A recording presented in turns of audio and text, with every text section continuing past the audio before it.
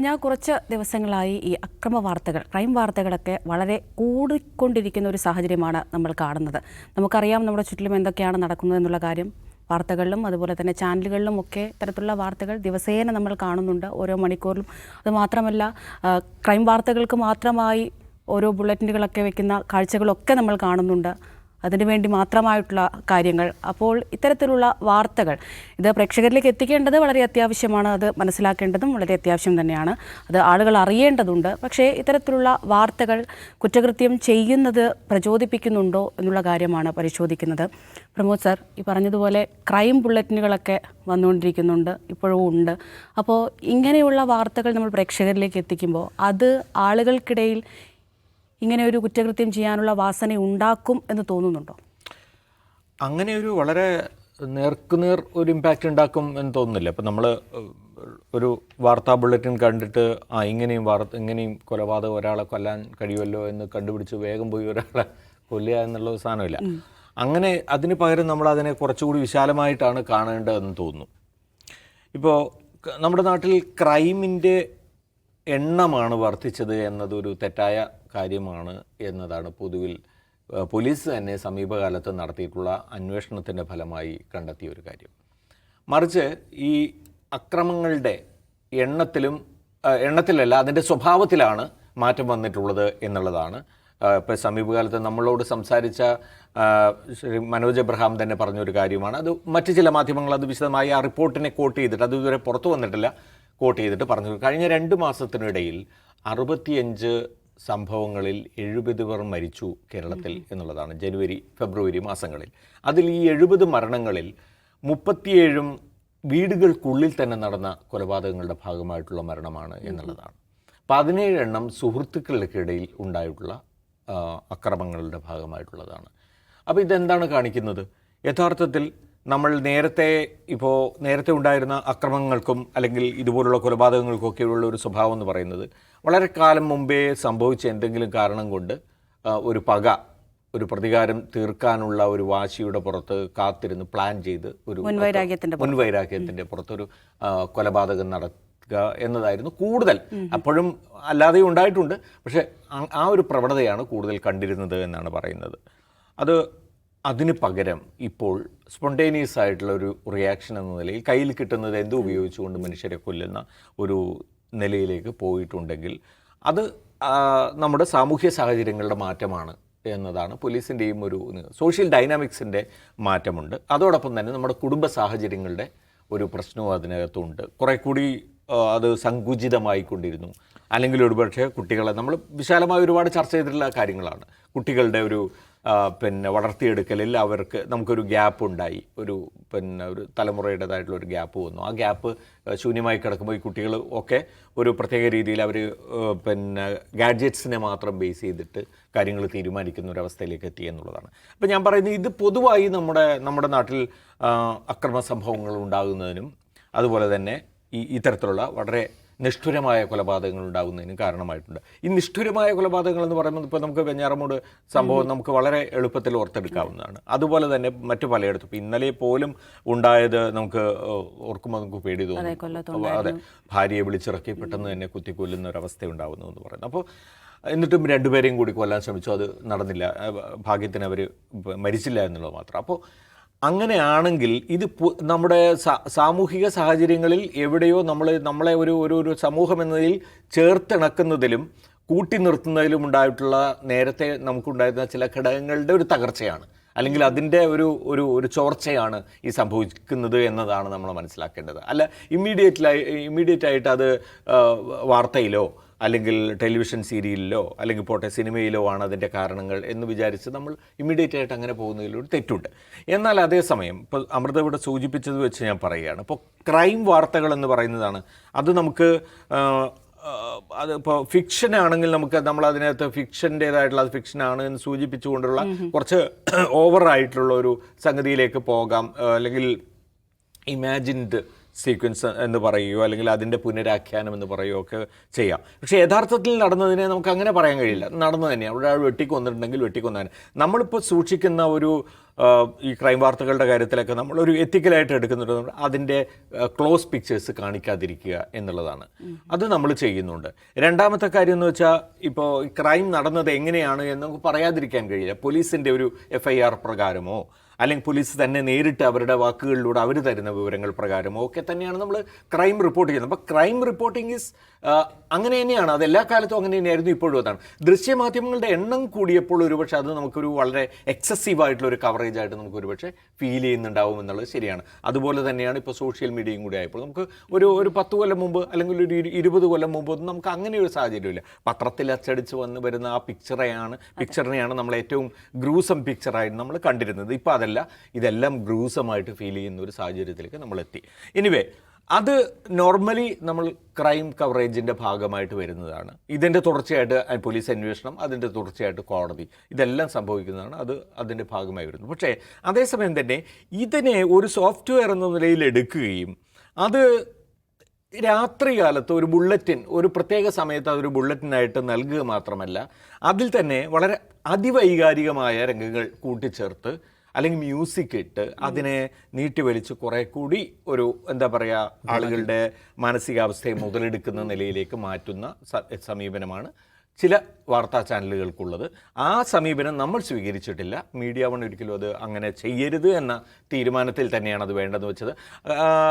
അത് പറയുമ്പോൾ അമൃത, ഇപ്പോൾ അത്തരം പ്രോഗ്രാമുകൾക്ക് അല്ലെങ്കിൽ ആ പേരിൽ അങ്ങനെ കാണിക്കുന്ന ക്രൈം ഷോസിന് നല്ല റേറ്റിംഗ് കിട്ടുന്ന ഒരു നാടാണ് നമ്മുടെ.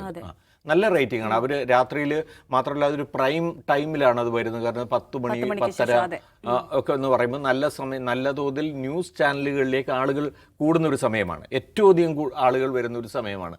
അപ്പോൾ അതാണ് അതിനുവേണ്ടി അവർ ഉപയോഗിക്കുന്നത്. അപ്പോൾ ആളുകൾ മുഴുവൻ ഒരു സെൻസേഷനലൈസ് ചെയ്ത് അതിലേക്ക് കൊണ്ടുവരിക എന്നുള്ളൊരു രീതി അതിനകത്തുണ്ട്. ഞാൻ അതിൻ്റെ ഒരു കടുത്ത വിമർശകനാണ്. ഞാൻ ആ വാർത്തകൾ അങ്ങനെയുള്ള ബുള്ളറ്റിനുകൾ കൊടുക്കുന്ന ചാനലുകളുടെ ഭാഗമായി ഞാൻ എഴുതിയിട്ടുണ്ട്. അപ്പോൾ ഞാൻ എൻ്റെ എതിരഭിപ്രായം പ്രകടിപ്പിച്ചിട്ടുണ്ട്. പക്ഷേ ഇപ്പോൾ ഞാൻ ഇരിക്കുന്ന, അല്ലെങ്കിൽ ഞാനിപ്പോൾ എഡിറ്ററായിട്ട് വർക്ക് ചെയ്യുന്ന സ്ഥലത്ത് അത് നൽകാൻ തീരുമാനിക്കുന്നില്ല. അത് വേണ്ട, അത് ഞാൻ മാത്രം തീരുമാനിക്കുന്നതല്ല, നമ്മുടെ ടീം ഒന്നാകെ, നമ്മുടെ മാനേജ്മെൻറ്റ് ഒന്നാകെ അങ്ങനെ ഒരു സാധനം വേണ്ട, നമുക്ക് ആളുകളുടെ ഈ ഒരു വൈകാരികത മുതലെടുക്കുന്ന അല്ലെങ്കിൽ അവരുടെ ഈ മാനസിക ദൗർബല്യത്തെ മുതലെടുക്കുന്ന ഒരു സാധനം നമുക്ക് വേണ്ടാന്ന് തീരുമാനിക്കുന്നതിൽ ഞാൻ അതീവമായി അഭിമാനിക്കുന്നു എന്ന് പറയേണ്ടി വരും. പക്ഷേ അതേസമയം ഇതൊരു എന്താ പറയുക, ഒരു ഇൻവെസ്റ്റിഗേറ്റീവ് റിപ്പോർട്ട് അല്ലെങ്കിൽ ഇതുമായി ബന്ധപ്പെട്ട ഇൻവെസ്റ്റിഗേഷൻ റിപ്പോർട്ടുകൾ, അതുപോലെ തന്നെ അതിനെ വളരെ വസ്തുനിഷ്ഠമായി സമീപിക്കുന്ന റിപ്പോർട്ടുകൾ, എന്താണ് എന്നതിനെക്കുറിച്ച് നമുക്കൊക്കെ ഒരു വ്യക്തത ഉണ്ടാക്കി തരുന്നതിന് വേണ്ടിയുള്ള റിപ്പോർട്ടിംഗ്, അത് കുറച്ചധികം നേരമാവാം. ചിലപ്പോൾ കേരളം ഇങ്ങനെ ഇത്രയധികം ആക്രമണങ്ങൾക്ക് സാക്ഷിയാവുന്ന സമയത്ത് സ്വാഭാവികമായും എല്ലാവർക്കും ഒരു ഉത്കണ്ഠയുണ്ട്. എന്താ സംഭവിച്ചത്, ഇതെങ്ങനെയായിരുന്നു, ഇതിൻ്റെ പിന്നിൽ ലഹരി ഉണ്ടായിരുന്നോ, അത് അല്ലെങ്കിൽ മറ്റെന്തെങ്കിലും സംഗതിയാണോ ഇതിൽ ഉണ്ടായിട്ടുള്ളത്, ആരൊക്കെയാണ് ഇതിൽ പങ്കെടുത്തത്, അത്തരം കാര്യങ്ങൾ അറിയാൻ ആളുകൾക്ക് താല്പര്യമുണ്ട്. അത് നമ്മൾ പറഞ്ഞു തന്നെ മുന്നോട്ട് പോകണം. അതിനകത്തൊന്നും ഒരു തരത്തിലുള്ള സംശയവും വേണ്ട. പക്ഷേ ഇപ്പോൾ കുറ്റവാളികളാണെങ്കിൽ അവരുടെ ബാക്ക്ഗ്രൗണ്ട് പറയാതിരിക്കുക, അല്ലെങ്കിൽ സ്ത്രീകളാണെങ്കിൽ ആ നിലയ്ക്കുള്ള സമീപനം സ്വീകരിക്കുക. അത്തരം എത്തിക്കലായിട്ടുള്ള മെഷേഴ്സ് ഇതിനകത്ത് തീർച്ചയായിട്ടും ആവശ്യമുണ്ട് തന്നെ. അപ്പോൾ ഞാൻ പറയുന്നത്, ഇതിനകത്ത് ചാനലുകൾ എടുക്കുന്ന വളരെ നൈതികമായ നിലപാടുകളാണ് ഏറ്റവും പ്രധാനം. അത് എന്ത് റിസൾട്ട് ഉണ്ടാക്കുന്നു, അത് നേരിട്ട് അക്രമത്തിന് കാരണമാകുന്നു എന്ന് ചോദിച്ചാൽ ഞാൻ പറയില്ല. ഒറ്റ കാര്യം കൂടി ഞാൻ പറയും. ഇപ്പോൾ സിനിമ സ്വാധീനിക്കുന്നില്ലെന്ന് ചോദിച്ചാൽ വളരെയധികം സ്വാധീനിക്കുന്നുണ്ട്. എങ്ങനെ?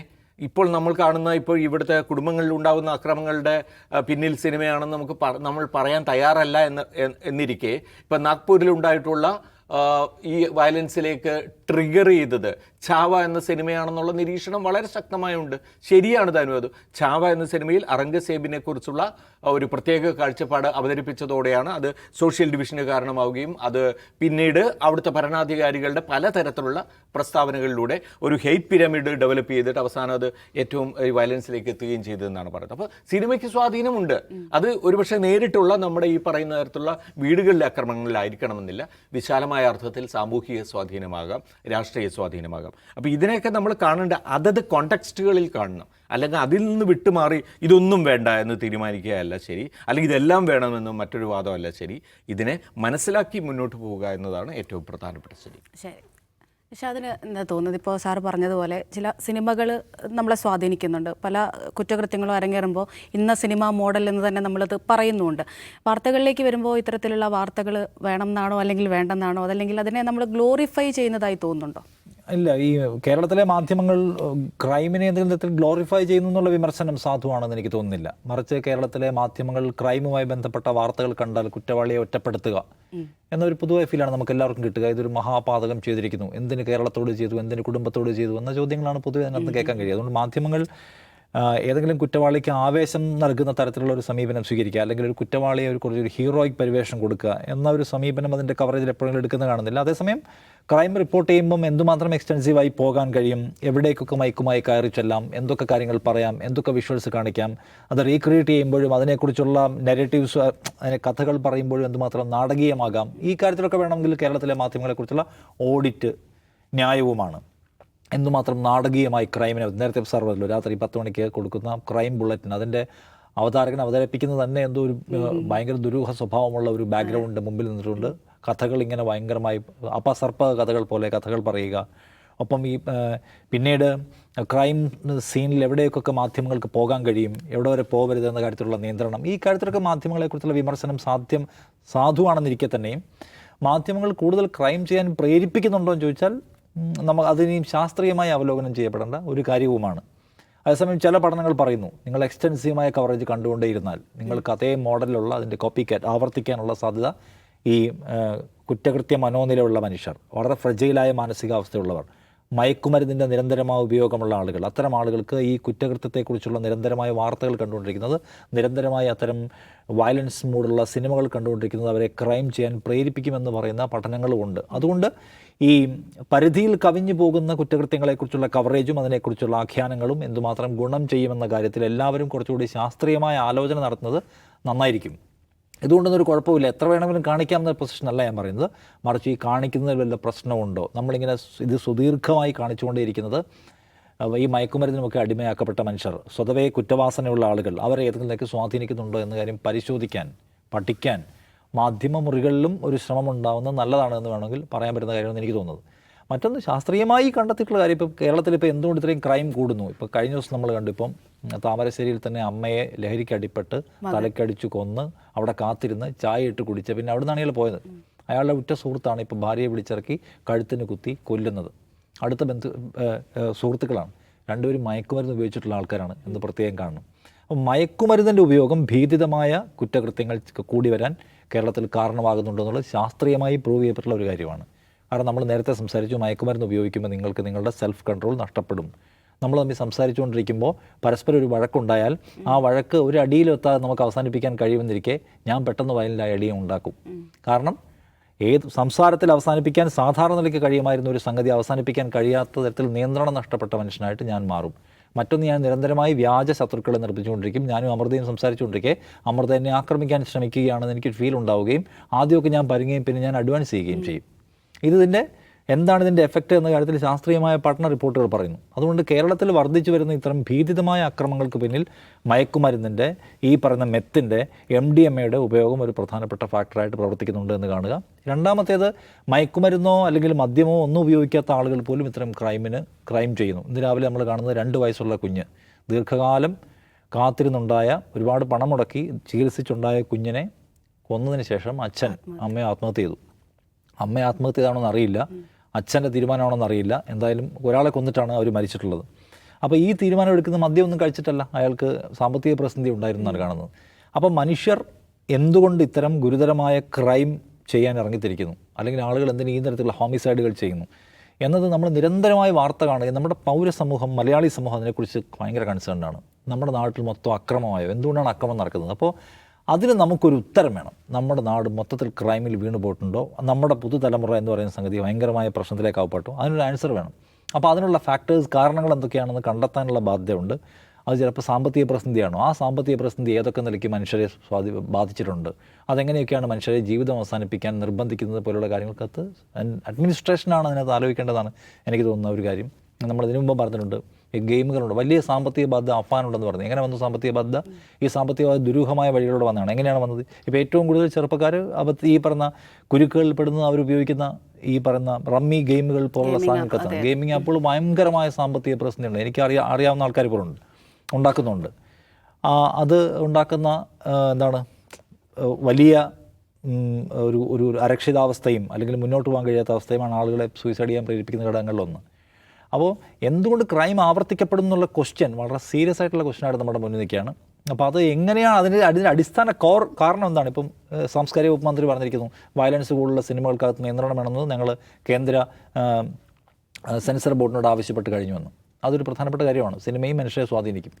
സിനിമ സ്വാധീനിക്കില്ല എന്നൊക്കെ ചില ആൾക്കാർ പറയുന്നത്. നമ്മളിപ്പോൾ നിരന്തരം സംസാരിക്കുമ്പോൾ ഒരു സിനിമയിൽ എത്ര ഡയലോഗുകൾ പറയും. ജീവിതത്തിലെ പല കാര്യങ്ങളെ രേഖപ്പെടുത്താൻ നമ്മൾ സിനിമാ സന്ദർഭങ്ങളും ഡയലോഗുകൾ ഉപയോഗിക്കുന്നതാണ്. അപ്പോൾ അത്രയും സ്വാധീനിക്കും. അപ്പോൾ സിനിമയും മാറിയ കാലത്ത് നമ്മുടെ സമൂഹം നേരിടുന്ന ഗുരുതരമായ ക്രൈസിസ് എന്താണെന്ന് മനസ്സിലാക്കി ഓരോരുത്തരും സ്വയം ഏർപ്പെടുത്തേണ്ട നിയന്ത്രണം എന്താണ്? സിനിമ ഏർപ്പെടുത്തേണ്ട നിയന്ത്രണം എന്താണ്? മാധ്യമങ്ങൾക്ക് നിയന്ത്രണമാണെങ്കിൽ അവർ ഏർപ്പെടുത്തേണ്ട നിയന്ത്രണം എന്താണ്? ഇതെല്ലാം വിൽപ്പന മൂല്യമുള്ളതായിരിക്കുമ്പോൾ തന്നെ നമ്മുടെ നാട് നശിച്ചുകൊണ്ടിരിക്കുന്ന ഒരു സംഗതിയാണ് നമ്മൾ ഉപയോഗപ്പെടുത്തുന്നതെന്ന് മാധ്യമങ്ങളായാലും സിനിമക്കാരായാലും ഒക്കെ ആലോചിക്കുകയും സ്വയം ചെയ്യേണ്ട പക്വമായ നിയന്ത്രണങ്ങൾ കൊണ്ടുവരാൻ എല്ലാവർക്കും കഴിയുകയും ചെയ്യേണ്ടതാണ്.